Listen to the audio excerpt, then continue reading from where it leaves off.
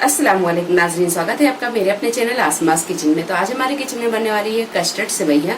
तो यहाँ पर हमने 1 लीटर दूध लिया है। सबसे पहले हम दूध को पका लेते हैं। गैस को हम चालू करेंगे और इसमें एक उबाल आने देंगे।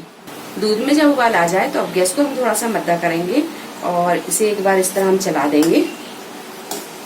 आधा कप डालेंगे हम इसमें सेवइयां। थोड़ी देर इसे पका लेते हैं। सेवइयों को डालकर हमने 5 से 7 मिनट इसे पका लिया है। अब डालेंगे इसमें थोड़े से ड्राई फ्रूट, तो बारीक कटा हुआ पिस्ता, बारीक कटा हुआ बादाम और थोड़ी सी चिरौंजी ये डाल देंगे। हाफ कप डालेंगे चीनी आप अपने टेस्ट के हिसाब से कम ज्यादा कर सकते हैं। ये डाल देंगे 1 टीस्पून इलायची पाउडर। जब तक ये पकता है उतनी देर में हम कस्टर्ड को घोलकर तैयार कर लेते हैं। तो 1 टेबल स्पून हमने कस्टर्ड लिया, इसमें हम 2 से 3 टेबल स्पून दूध डालेंगे और अच्छी तरह से मिक्स कर लेंगे। तो ये दूध डाल देंगे कस्टर्ड में और अच्छी तरह हम इसे मिक्स कर लेंगे। जब सारी चीजें अच्छी तरह पक जाएं तो अब डालेंगे इसमें ये कस्टर्ड।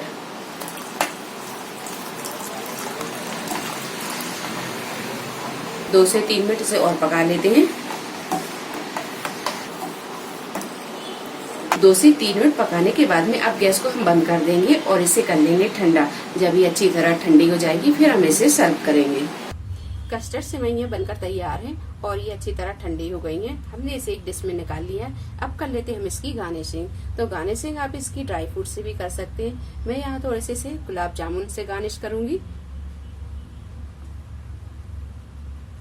गुलाब जामुन की गार्निश करने के बाद में अब डालेंगे हम इसमें थोड़ी सी टूटी फूटी।